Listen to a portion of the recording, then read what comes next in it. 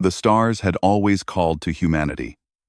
For thousands of years, people looked up at the night sky and wondered what was out there.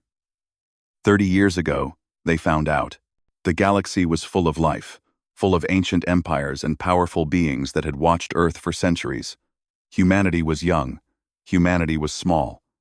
But humanity had finally joined the Galactic Confederacy. Kang Do-hyun never thought he would end up in space. He grew up in a small apartment with his mother, who worked 3 jobs just to keep food on the table. He joined the military because it was the only way out of poverty. He was good at fighting. He was good at following orders. When the diplomatic guard needed soldiers for alien postings, he volunteered without thinking twice. Now he stood on the bridge of a ship larger than most cities, surrounded by beings that could live for 10,000 years. The Valari were beautiful, in a strange way. Their skin was silver, like moonlight. Their eyes changed colors based on their emotions, though they rarely showed any.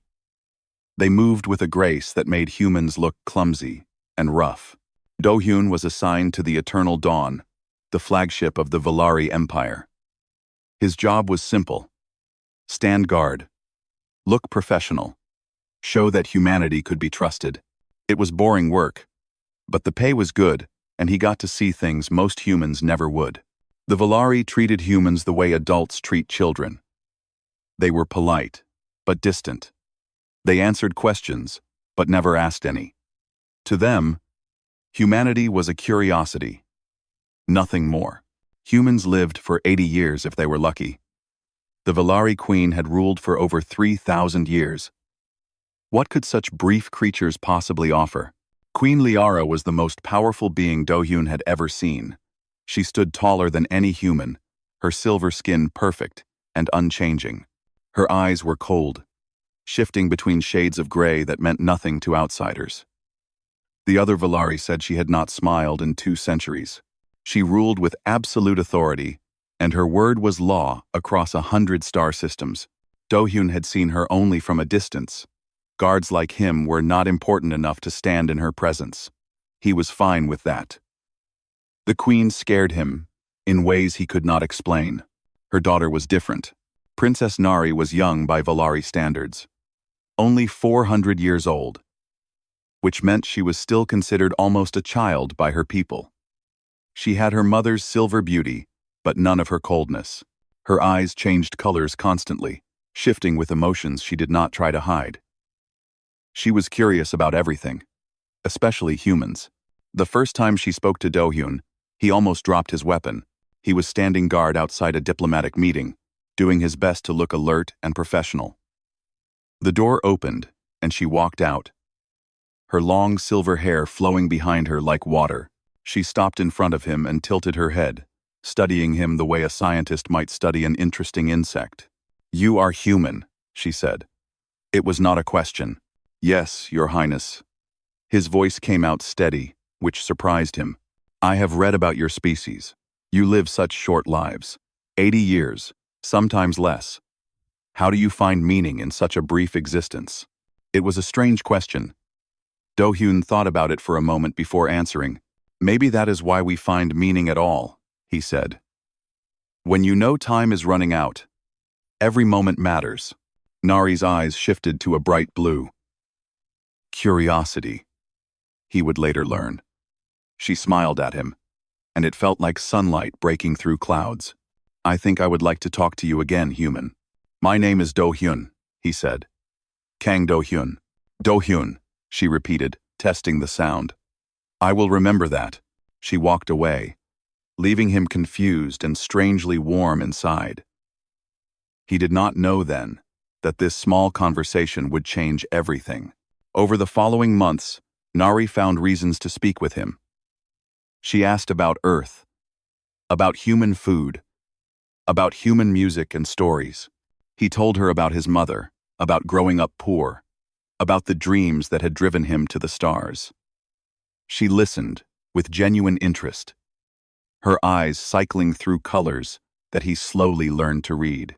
The other Valari did not understand her fascination with humans. Some of them disapproved. A princess should not waste time on lesser species. But Nari did not care about their opinions. She found humans fascinating in ways her own people no longer were. "The Valari have lived so long that we have forgotten how to feel," she told him once. "We have seen everything, done everything. Nothing surprises us anymore. But humans, you feel everything so deeply. Your joy, your pain, your love. It burns so bright. Sometimes it burns us up," Do-hyun admitted. "Perhaps. But at least you burn." Her eyes shifted to a soft violet. "I think I envy that." Do-hyun did not know what to say. He was just a soldier, a guard. She was a princess of an empire that spanned galaxies. The distance between them was impossible to measure. But when she looked at him, he forgot about distance. He forgot about rank and species, and the cold reality of politics. He just saw her. It was dangerous, this feeling growing in his chest. He knew that. Humans and Valari did not belong together. Their lives moved at different speeds. He would grow old and die while she remained unchanged. Any relationship between them was doomed from the start.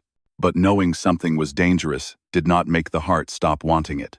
The eternal dawn traveled between star systems, carrying diplomats and trade agreements, and the endless business of empire. Do-hyun stood guard and watched and waited.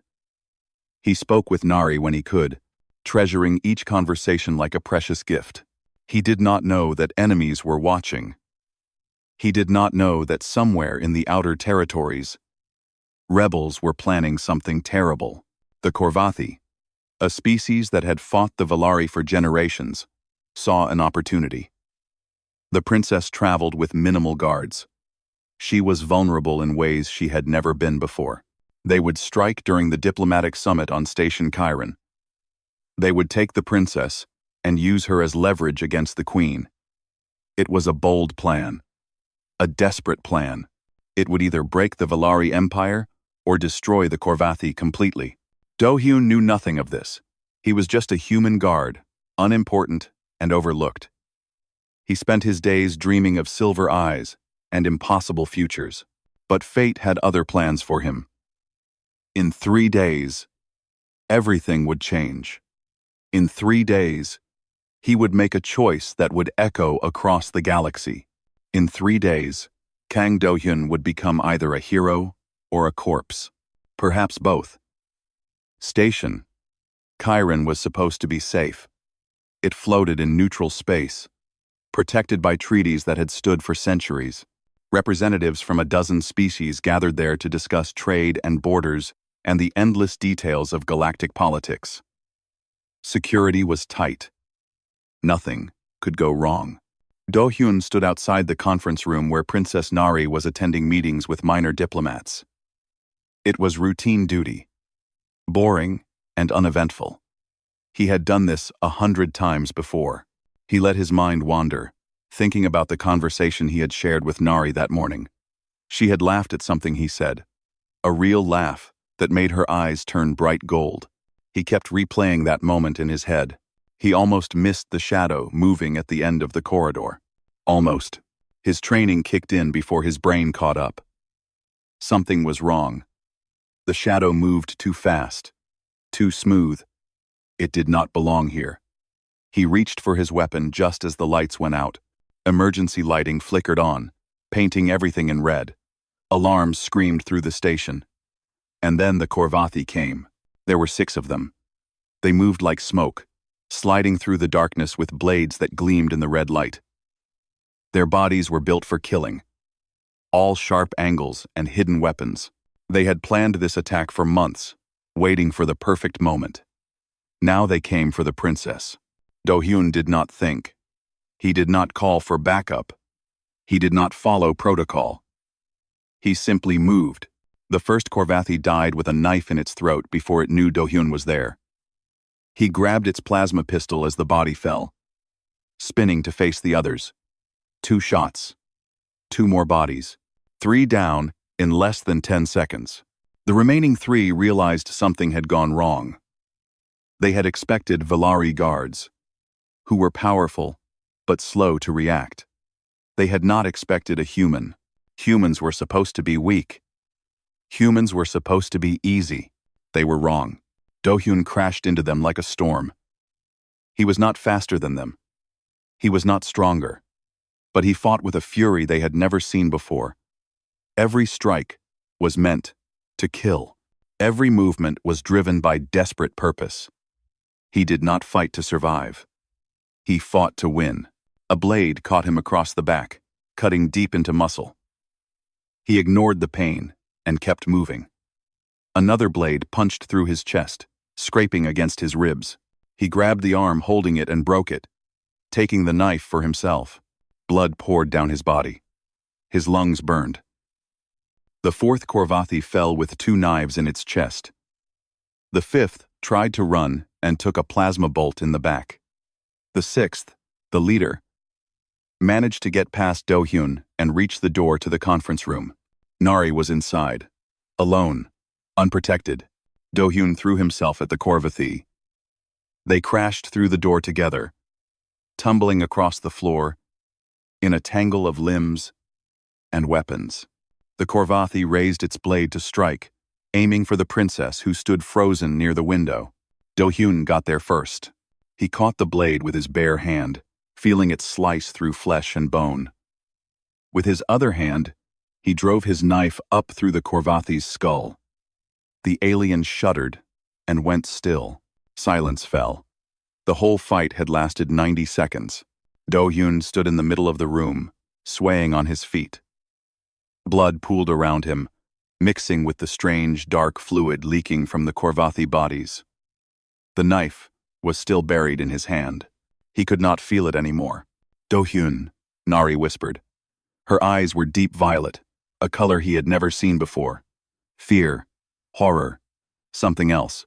He tried to speak, to tell her she was safe, but his legs gave out and he collapsed to the floor. The last thing he saw was her face above him, silver and beautiful and terrified. Then everything went black. When the Valari guards finally arrived, they found a scene of impossible violence.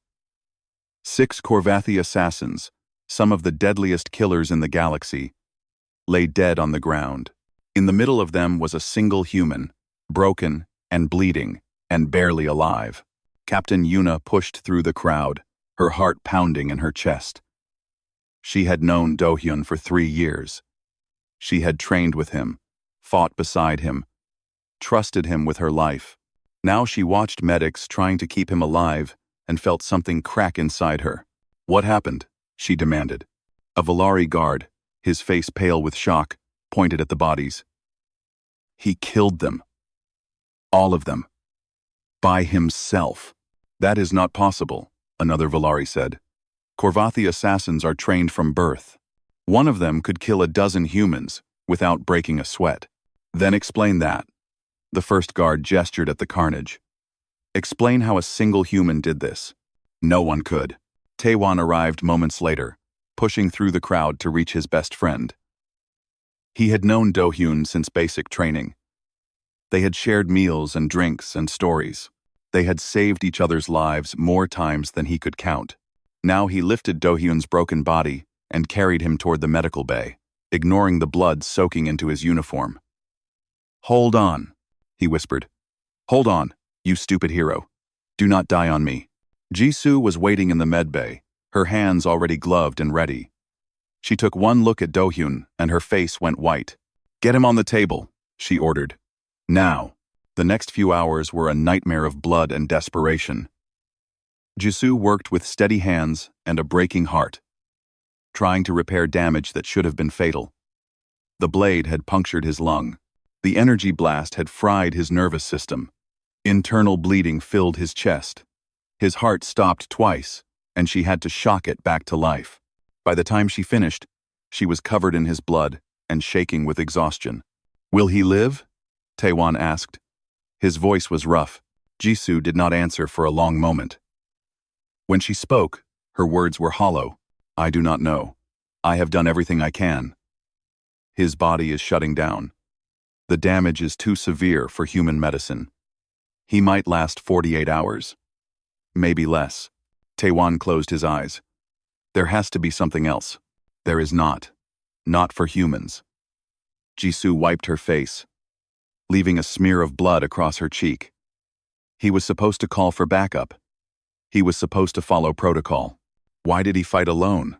They both knew the answer. They had seen the way Do-hyun looked at the princess. They had seen the way she looked at him.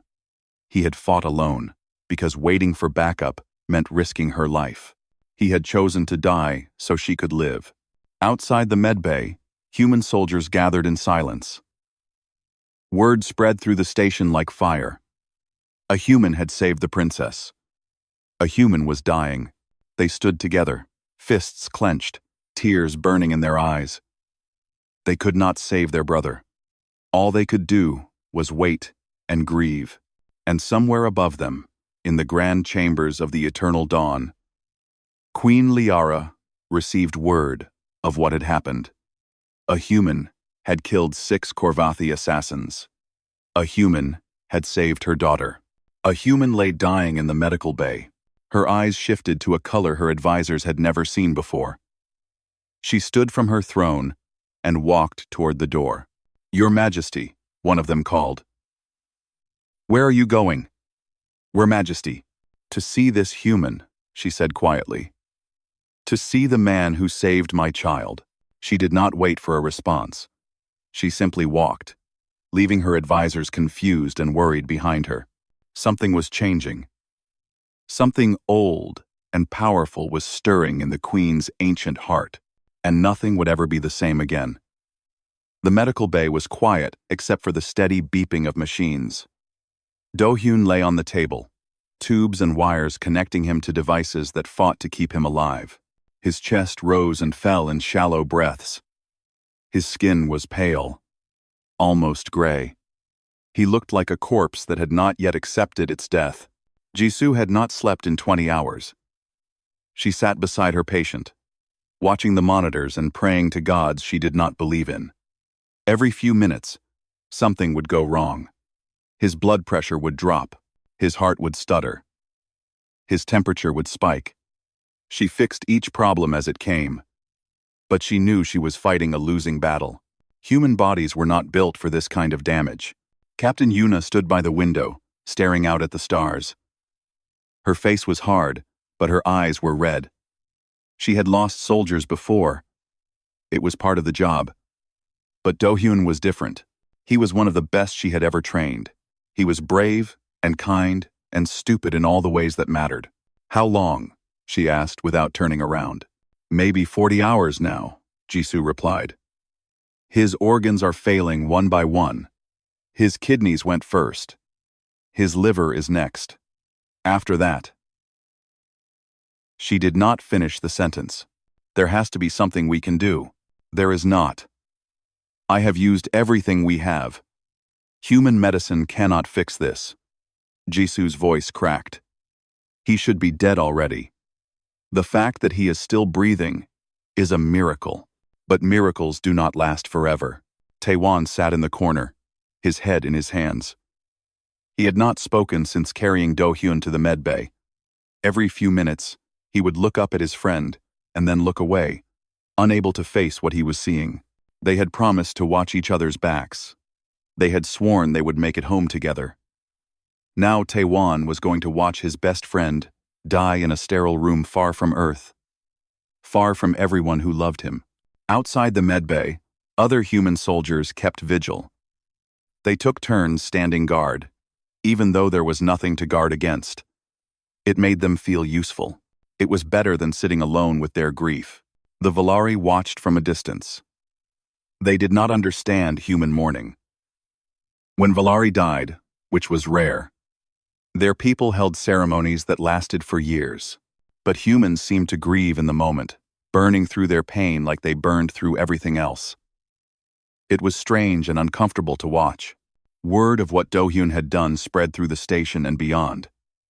News channels across the Confederacy carried the story. A human guard had killed 6 Korvathi assassins. A human had saved a Valari princess. The galaxy was shocked. Humans were supposed to be weak, fragile, unimportant. This did not match what they believed. Some species were inspired.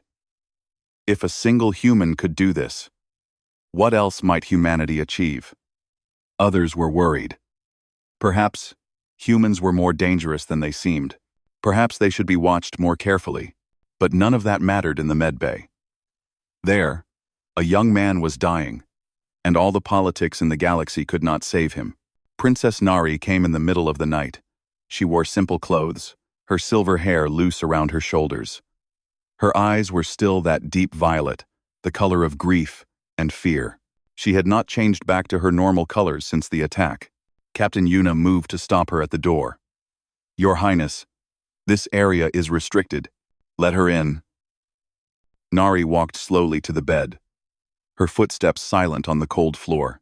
She looked down at Do-hyun's face, at the tubes keeping him alive, at the machines that beeped and hummed and did not know they were counting down to death.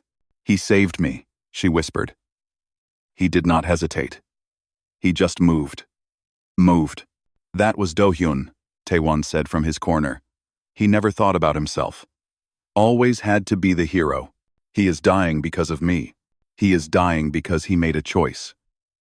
Yuna's voice was harsh, but not unkind. He knew what would happen. He chose to fight anyway. That was his decision, not yours. Nari reached out and touched Do-hyun's hand. His skin was cold. She could feel his pulse, weak and unsteady, fighting against the darkness that wanted to claim him. "I do not want him to die," she said. Her voice was small, like a child's. "Neither do we," Jisoo replied. "But wanting is not enough." The door opened again. Everyone turned, expecting another human soldier or maybe a Valari official. Instead, they found themselves facing Queen Liara herself.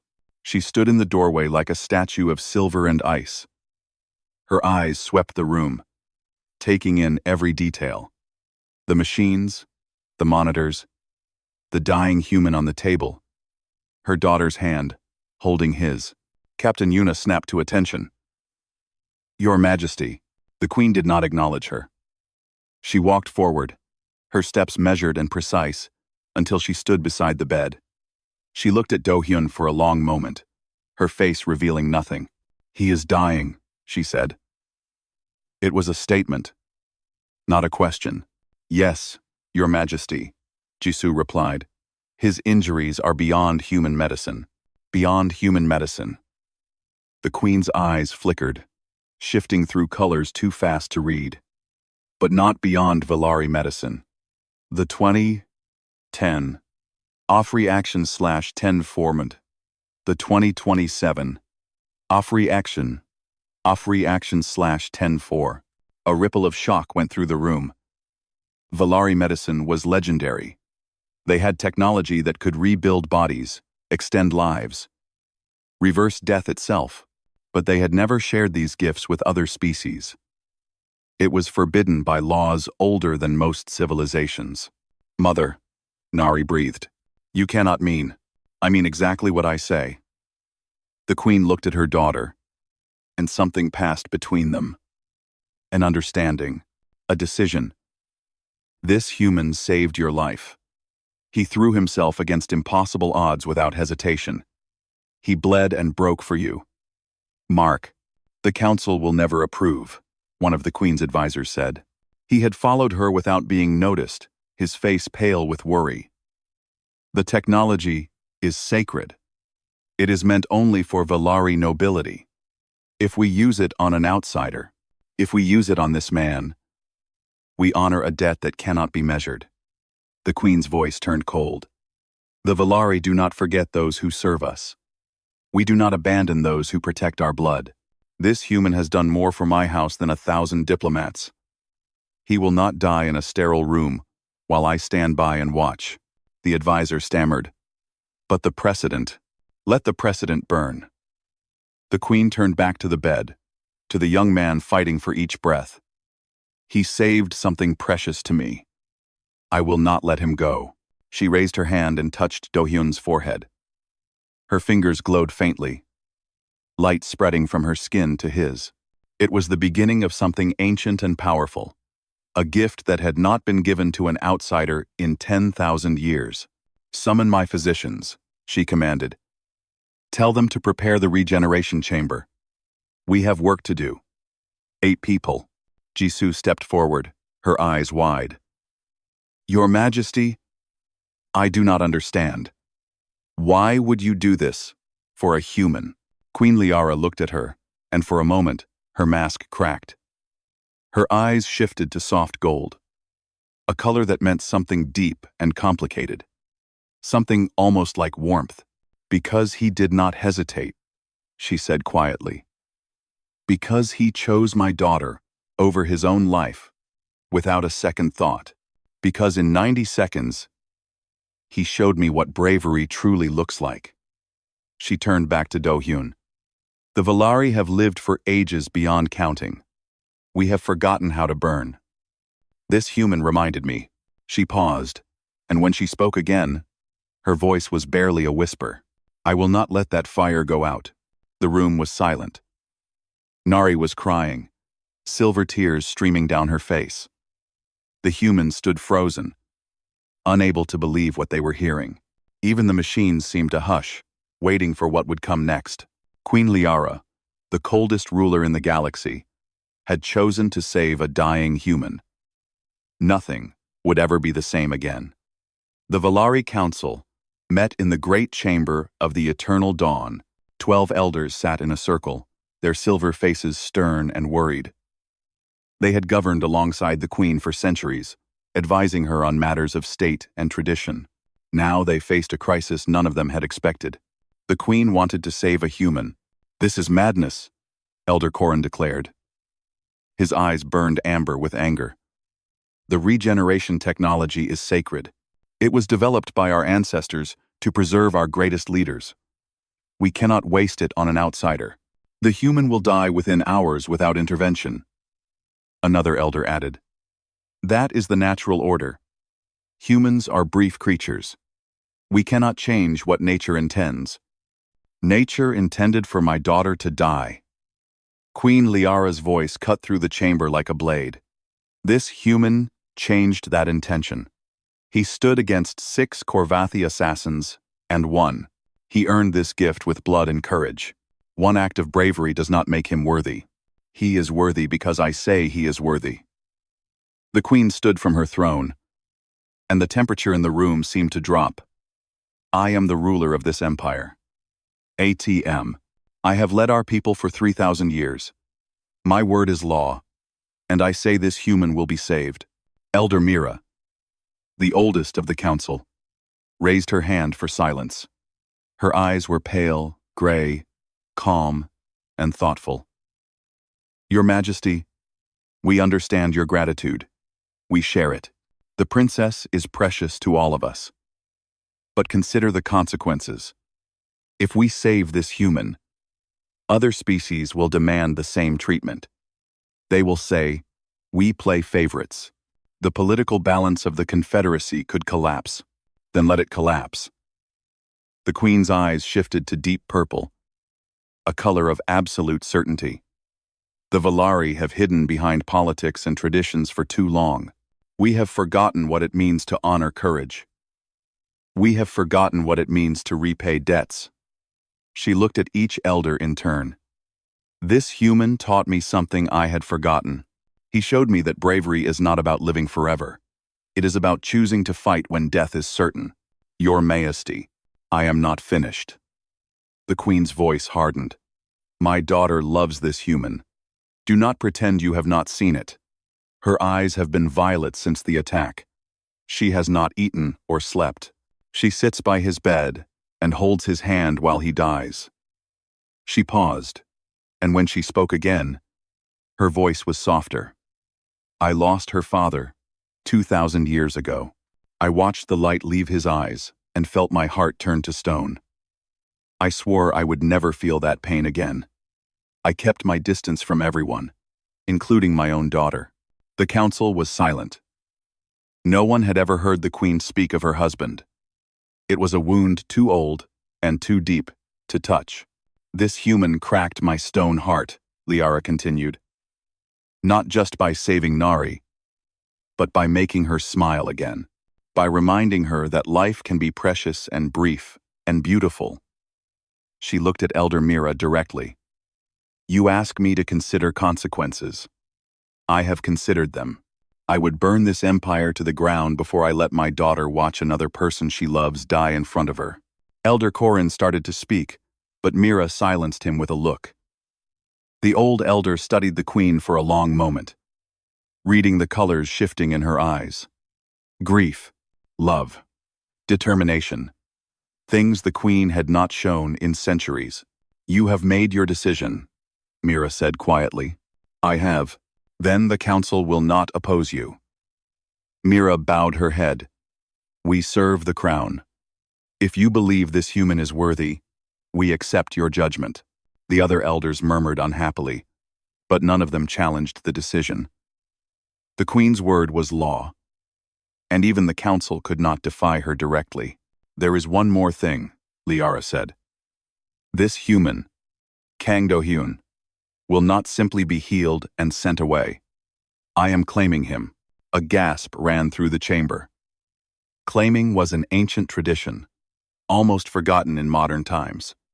It meant the queen was taking personal responsibility for someone, making them part of her household. The claimed person would be protected by her power and bound by her authority. "You would claim an outsider?" Elder Corin could not hide his shock. "A human? I would claim the man who saved my daughter. I would claim the warrior who showed more courage than any Valari soldier I have ever commanded." The queen's eyes flickered with something that might have been amusement. "The galaxy will talk. Let them talk. The Valari do not bow to gossip." She turned and walked toward the door, her decision made. "Prepare the regeneration chamber," she ordered over her shoulder. "And summon my daughter. She should be there when he wakes." The council sat in stunned silence after she left. For 10,000 years, they had guided an empire built on tradition and stability. Now those traditions were cracking, shaken by a single human who had refused to die quietly. Elder Mira was the first to speak. "The galaxy will change because of this. We have to may. The galaxy, we have to speak.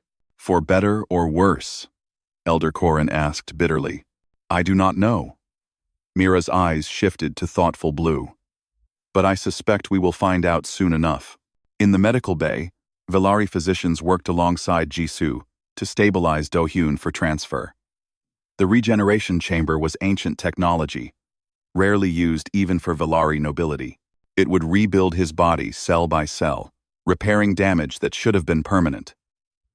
The process would take weeks, and there was no guarantee it would work on a human, but it was his only chance. Nari watched from the corner, her hands pressed together in what might have been prayer.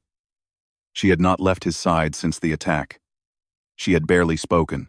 Every time she closed her eyes, she saw him standing in front of her, covered in blood, refusing to fall. "He will be all right," Taewon said.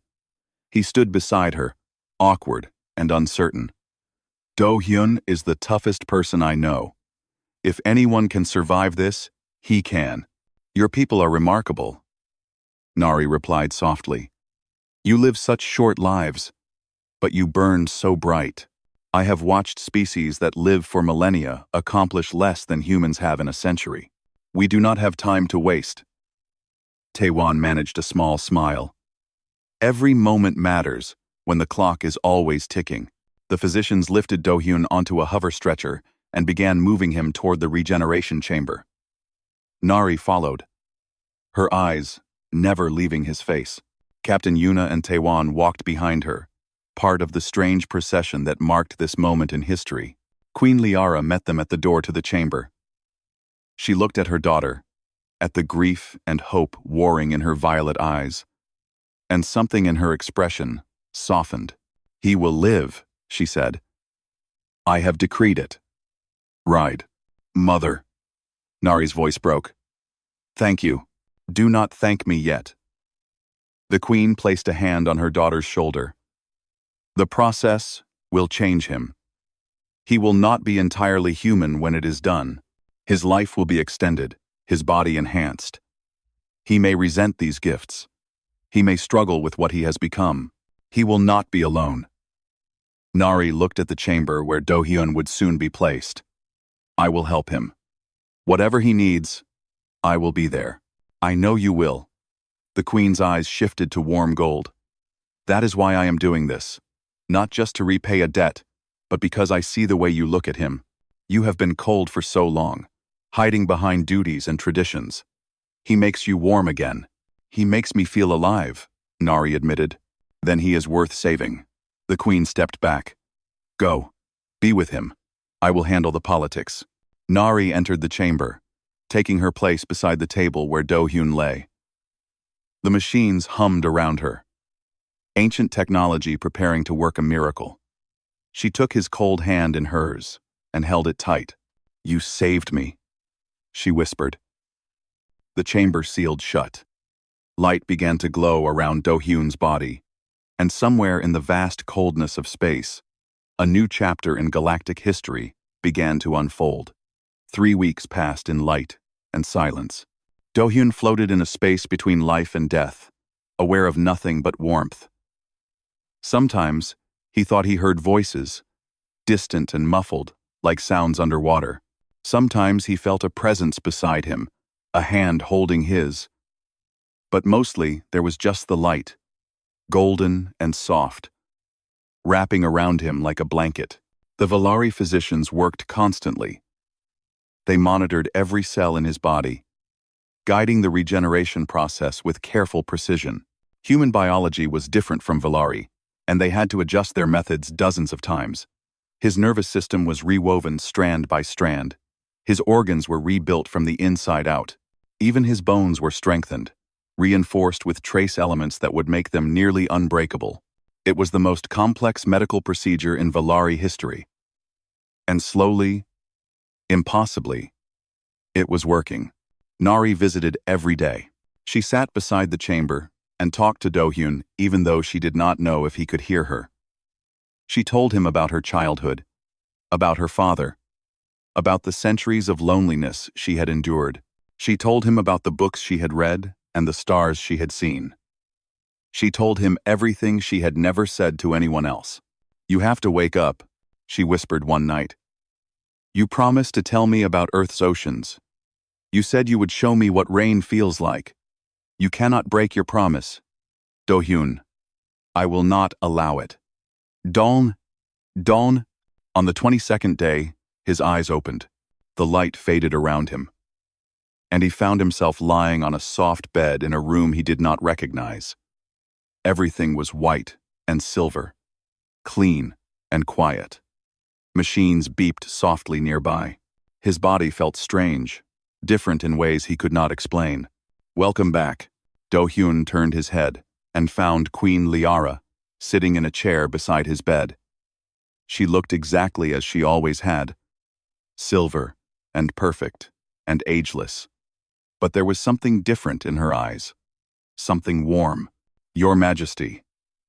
His voice was rough, unused. What happened? Quote, quote, quote, you died, she said simply, and I would not allow it. Memory flooded back. The attack, the Korvathi, blood and pain, and Nari's face above him as the darkness closed in. He remembered choosing to fight, knowing he would not survive. He remembered the feeling of his heart stopping. I should be dead, he said. Yes, you should be. The queen leaned forward slightly. Your injuries were beyond human medicine. Your body was failing. You had perhaps hours left to live. Then how? I used Valari technology to rebuild you. Cell by cell, piece by piece. Over 3 weeks. Her eyes flickered with something complicated. It was not easy. Your biology is different from ours. We had to improvise, but the physicians are quite proud of their work. Do-hyun stared at her. Why? Why would you do this for me? Because you saved my daughter. The queen's voice softened. Because you did not hesitate. Because you showed me what true courage looks like. She paused. Sarge 40 Amender. I want to. Sarge 40 Amender. With Happinance Parter. Sarge 40 Amender. Sarge 40 Amender. She paused, one with comforting, over one with help. And because my daughter has not stopped crying since the attack, she refused to leave your side. She loves you. Kang Do-hyun. In a way I have not seen her love anything in 400 years. Do-hyun did not know what to say. His mind was spinning, trying to process everything. He had been dying. Now he was alive. The most powerful queen in the galaxy had saved him personally. And Nari, where is she? He asked. Resting. I made her sleep. She has barely closed her eyes since we put you in the chamber. The queen stood and walked to the window, looking out at the stars. I need you to understand something, Do-hyun. What I did was not just healing. The regeneration process changed you. You are no longer entirely human. 1. What do you mean? Your body has been enhanced? Strengthened. Your lifespan has been extended significantly. Our physicians believe you could live for several centuries, perhaps longer. She turned back to face him. Well, you will watch your friends grow old and die while you remain unchanged. You will outlive everyone you know from your old life. This is the price of the gift I have given you. The words hit him like a blow. Centuries. He would live for centuries. His mother would die. Taewon would die. Everyone he had ever known would die. And he would go on. I did not ask for this, he said quietly. No, you did not. The queen returned to her chair. I gave it to you anyway, because the alternative was letting you die.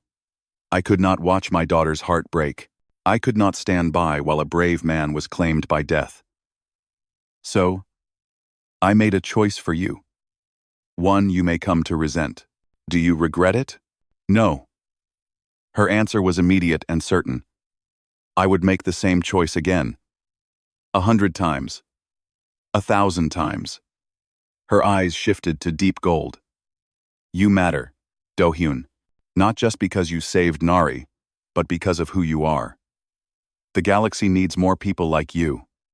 People who choose bravery over survival. People who burn bright enough to remind others how to live. Do-hyun was silent for a long moment. He thought about his mother, working 3 jobs to give him a chance. He thought about Taewon, carrying him to the med bay while covered in his blood. He thought about Nari, sitting beside him for 3 weeks, talking to him in the darkness. I do not know how to live for centuries, he finally said. Neither do I, most days. The queen smiled, just slightly. It was the first smile he had ever seen from her. But you will learn, and you will not be alone. She stood again. I have claimed you, Kang Do-hyun. You belong to my house now, under my protection. No force in this galaxy will harm you while I draw breath. Claimed me? It is an old tradition. It means I have taken personal responsibility for you. You are part of my household, bound by my authority, and protected by my power. She moved toward the door. My daughter wishes to see you when you are strong enough. I suggest you prepare yourself. She has been waiting a long time. The queen left, and Do-hyun was alone with his thoughts. He looked down at his hands, turning them over slowly. They looked the same as before, but they felt different. Stronger, more solid. He could feel his heartbeat, steady and powerful, pumping blood that was no longer entirely human. He was alive. Against all odds, against all logic, he was alive. The door opened again, and Nari walked in. She stopped when she saw him sitting up, her eyes flooding with that deep violet color he was beginning to understand. Grief, mixed with relief, mixed with something else, something that made his chest tight. Do-hyun, she breathed. Hey, it was a stupid thing to say, but his brain was not working properly. She crossed the room in 3 steps and threw her arms around him. She was crying, silver tears streaming down her face, and she was saying his name over and over again, like a prayer. I thought I lost you, she whispered. I thought you were gone. I am here. He wrapped his arms around her, holding her close. She smelled like flowers and starlight, and something uniquely her. I am here, Nari. They stayed like that for a long time, holding each other in the quiet room while the stars drifted past the window. Neither of them spoke. Neither of them needed to. Finally, Nari pulled back just enough to look at his face. Her eyes had shifted to warm gold, matching her mother's. You saved me, she said. You saved me back. He touched her cheek gently. We are even. She laughed, a wet and broken sound that was somehow beautiful. I do not think we will ever be even. Then I guess we will just have to keep trying. He smiled at her, and for the first time since waking up, he felt something like peace. I hear I have centuries to figure it out. Nari's eyes went wide. Mother told you? She did. She also told me you have not left my side for 3 weeks. I could not. Her voice was small. I could not leave you alone in the dark. Do-hyun pulled her close again. I was not alone. I could hear you sometimes, talking to me. I could feel you holding my hand. He pressed his forehead against hers. Thank you for not giving up on me. Never. She held him tighter. I will never give up on you. Do-hyun. Outside the window, the stars burned on, ancient and endless. But in that small room, 2 hearts beat together, and the future stretched out before them full of possibility and hope. Recovery was slower than Do-hyun expected. Even with Valari medicine, his body needed time to adjust to what it had become. The physicians made him do exercises every day, testing his new strength and speed. They measured his reflexes and checked his organs, and ran tests he did not understand. They treated him like a precious experiment, which he supposed he was. His body felt foreign to him. He was stronger than before, faster than before. His senses were sharper. He could hear conversations from rooms away. He could see details that would have been impossible for normal human eyes. When he moved, there was a grace to his motions that had never been there before. He was not human anymore. Not entirely. Taewon visited whenever he could. He sat with Do-hyun and talked about nothing important, trying to pretend things were normal. But Do-hyun could see the worry in his friend's eyes. He could see the questions Taewon was afraid to ask. You can say it, Do-hyun told him one afternoon. Whatever you are thinking. Do-hyun, Do-hyun, Do-hyun. I am not thinking anything. Liar. Your face looks like you swallowed something sour. Taewon sighed and rubbed his face. Fine. I am thinking that my best friend is going to live for centuries while I get maybe 50 more years if I am lucky. I am thinking that one day you will be attending my funeral, and I do not know how to feel about that. The words hung in the air between them. Do-hyun had been avoiding this conversation, but he knew it had to happen eventually. I did not ask for this, he said quietly. I know. If I could share it with you, I would. I know that too. Taewon managed a small smile. I am not angry at you. I need time to process it. You are still my brother, Do-hyun. That will never change. I just have to accept that you are going to outlive me by a lot. I will remember you, Do-hyun promised. When you are gone, I will remember every stupid joke you ever told, every time you had my back, every drink we shared, and every fight we survived. I will carry you with me. Taewon's eyes went bright with tears he refused to let fall. You better. And you better visit my grave sometimes. Bring flowers. Something nice. Not those cheap ones from the station market. I will bring the best flowers in the galaxy. Good. Taewon reached out and gripped Do-hyun's shoulder. Now, stop being sad. You just came back from the dead. We should be celebrating, not crying like idiots. They spent the rest of the afternoon drinking and laughing and pretending the future was not as complicated as it really was. It was a good day, even with the shadow hanging over them. Captain Yuna came to see him the next morning. She looked tired, her face lined with stress she tried to hide. "The brass wants to talk to you," she said. "Earth Command, the Confederacy Council, every political body in the galaxy. You are famous now, Do-hyun, the human who saved a Valari princess. I was just doing my job. Your job was to stand guard and call for backup. You did neither of those things." But her voice was warm, not accusing. "You did something much more important instead. I could not let them hurt her. I know." Yuna sat down across from him. "I have known you for 3 years. I have seen how you look at the princess. I have seen how she looks at you." She paused. "Are you sure about this? What you are getting into? What do you mean? She is a princess of an empire. You are a human soldier. Even with everything that has happened, even with the Queen's protection, there will be people who oppose you being together. Politics will make your life difficult. Some species will see you as a threat. Others will try to use you." Yuna's eyes were serious. "This is not going to be easy." There was.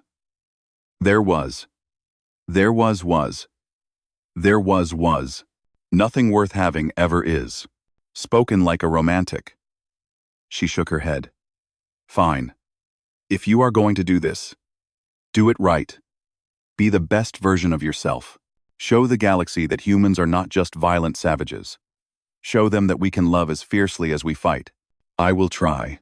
"Good." She stood and walked toward the door, then stopped. "For what it is worth, I am proud of you. You did something impossible. You earned the respect of the most powerful woman in the galaxy. Whatever comes next, remember that you have already proven yourself." She left, and Do-hyun was alone again. He thought about her words, about the weight of expectations settling on his shoulders. He had not asked to be a symbol. He had just been trying to save someone he cared about. But the galaxy did not care about intentions. It cared about results. Nari came that evening, carrying a basket of strange fruits and a book she wanted to read to him. She had made it her mission to educate him about Valari culture, and he found he did not mind at all. Listening to her voice was soothing. Even when she was explaining complex political histories he did not fully understand. "You seem troubled," she said after a while. "What are you thinking about? Your mother told me I could live for centuries now." "Yes. I am trying to understand what that means." He looked at his hands, opening and closing his fingers. "Everyone I know from Earth will die. My mother, my friends, the people I grew up with. I will go on, and they will be gone." Nari set down her book and moved closer to him. "I have lived for 400 years. I have watched friends grow old and pass away. It is painful. I will not pretend otherwise, but it is also part of life. Everything ends eventually. The stars themselves will burn out one day. That does not make it easier. No. But you learn to treasure the time you have. Every moment becomes precious because you know it is limited." She took his hand in hers. "You will grieve, Do-hyun. You will mourn the people you lose. But you will also love new people. Make new friends. Build new connections. Life goes on, even when it hurts. How do you bear it? I did not, for a long time. After my father died, I closed myself off. I stopped making connections because I was afraid of losing them." Her eyes shifted to soft violet. "But then I met you. A human who lived so briefly but burned so bright. You made me want to feel again. You made me remember why life was worth living." Do-hyun looked at her, at the silver of her skin and the shifting colors of her eyes. She was ancient and powerful and beautiful, and somehow, impossibly, she cared about him. "I love you," he said. The words came out before he could stop them. Nari's eyes went wide, then shifted to brilliant gold. "What? I love you." He said it again because it felt good to say. "I do not know when it happened. Maybe it was always there. But I love you. Nari. Whatever comes next, whatever challenges we face, I want to face them with you. She stared at him for a long moment. Then she laughed. A bright and joyful sound that filled the room. You stupid, wonderful human. She pulled him close and kissed him. Soft and sweet and perfect.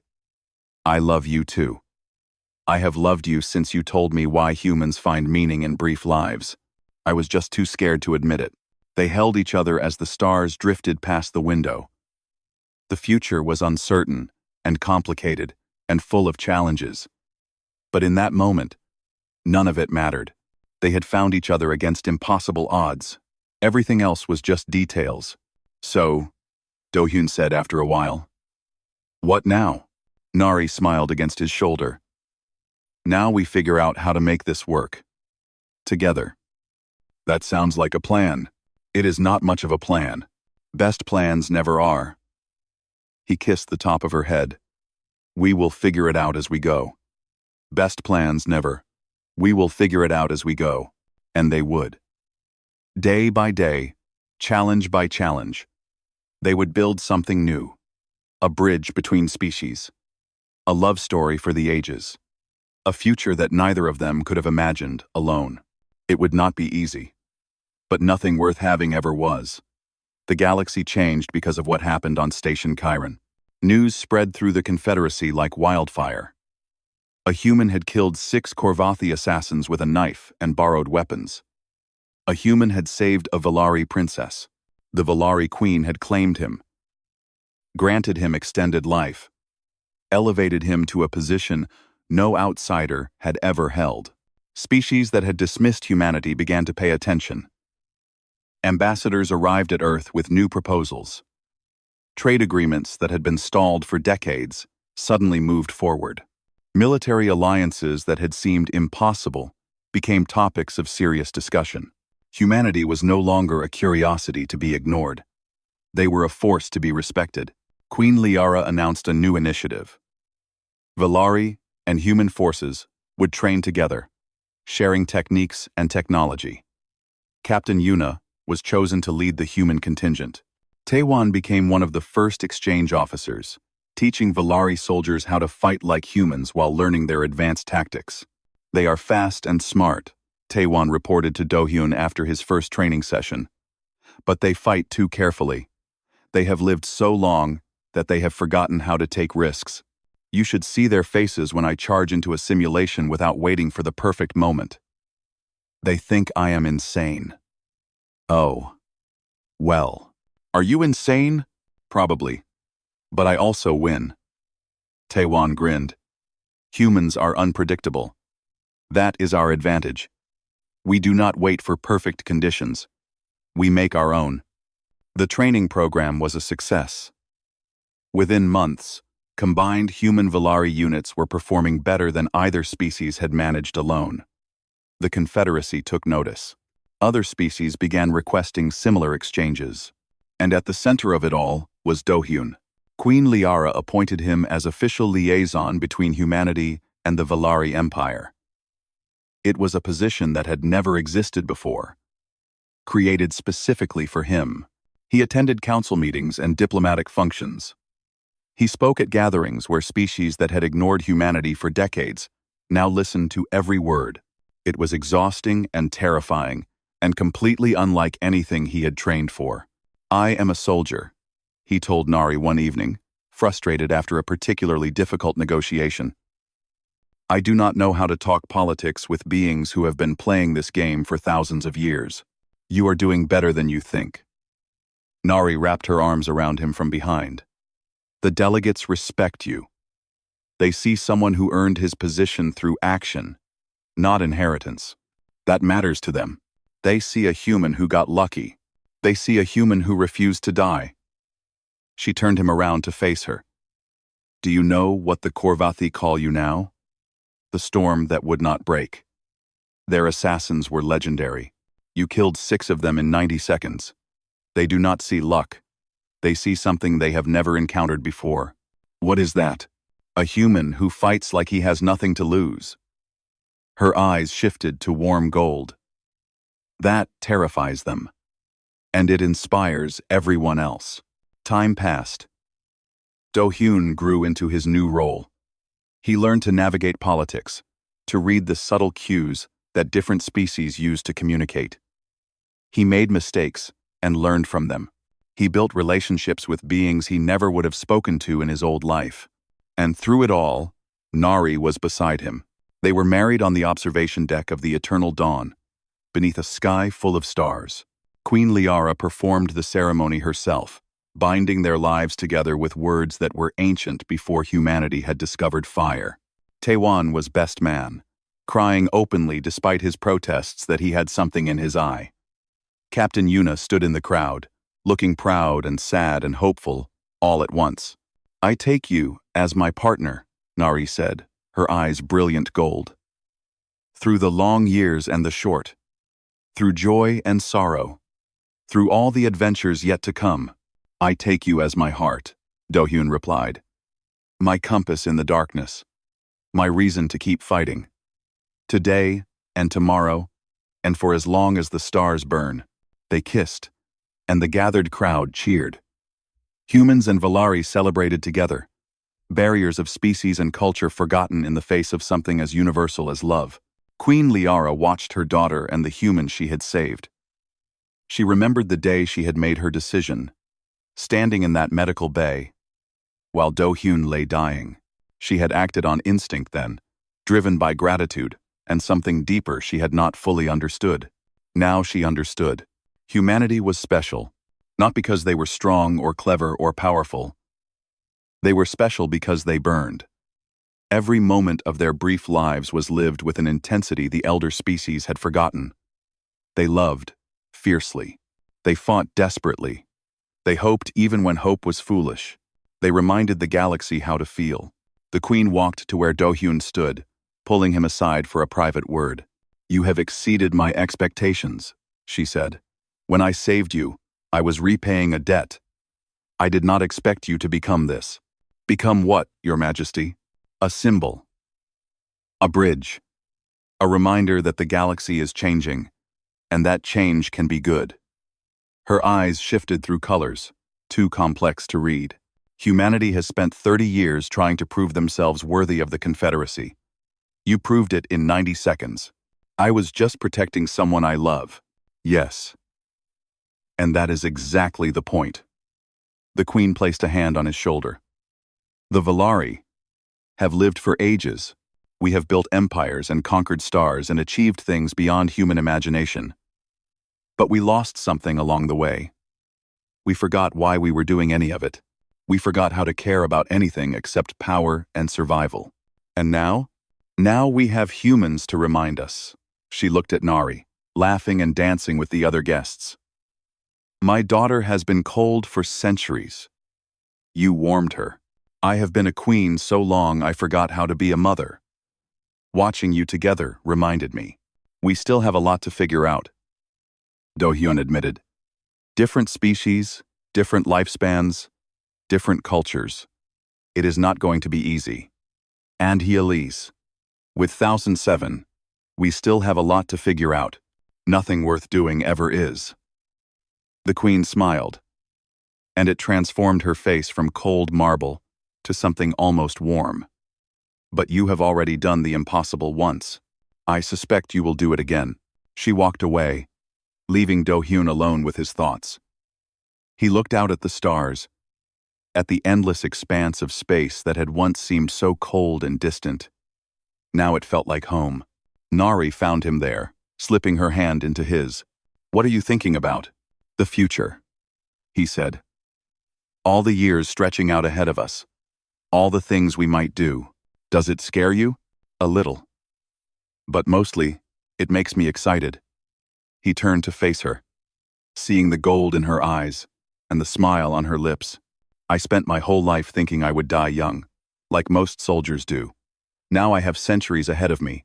Centuries with you. We can see the entire galaxy together," Nari said. "Every star, every world, every wonder. We can change things, make them better, build something that lasts. We can have adventures." Do-hyun laughed. I think I have had enough adventures for a while. Never. She kissed him softly. There are always more adventures. That is the joy of living. Behind them, the celebration continued. Humans and Valari danced together, their differences forgotten.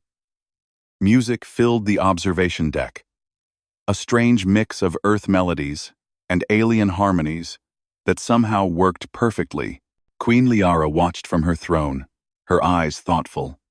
Elder Mira stood beside her. You seem pleased, the elder observed. I am.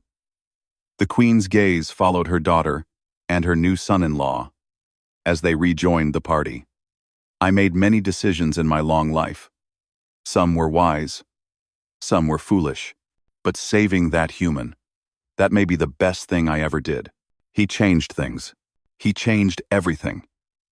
The queen's eyes shifted to brilliant gold. Humanity is young and reckless and burns too bright. They make mistakes. They rush into danger. They love without thinking about consequences. She paused. They remind us what it means to be alive. Sign, Elder Mira nodded slowly. Perhaps that is what the galaxy needed. A reminder, perhaps. The queen stood and walked toward the celebration. Now come. There is dancing to be done, and I have not danced in 200 years. Your Majesty, even queens can learn new things. She smiled, and for a moment, she looked almost young. A human taught me that. The stars burned on overhead, ancient and eternal. But on the observation deck of the eternal dawn, new stories were beginning. Human and Valari, young and old, brief and eternal, all dancing together beneath the endless sky. It was, everyone agreed later, the beginning of something wonderful. And somewhere in the middle of the crowd, Kang Do-hyun held his wife close and smiled. He had been a poor boy from Earth. He had been a soldier with no future. He had been a dying man on a medical table, holding on to life by his fingertips.